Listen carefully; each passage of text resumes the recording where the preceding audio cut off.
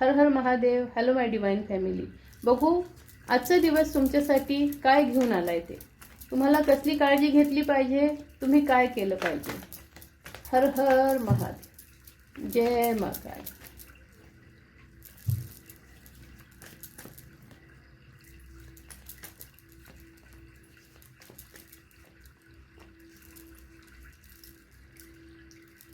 आजच्या दिवसात तुम्हाला तुमचा नवीन जन्म झाल्यासारखं वाटेल. कुठली तरी अशी खुशखबरी येईल, नाहीतरी कुठलं तरी असं मोठं संकट टळलेलं तुम्हाला जाणवेल.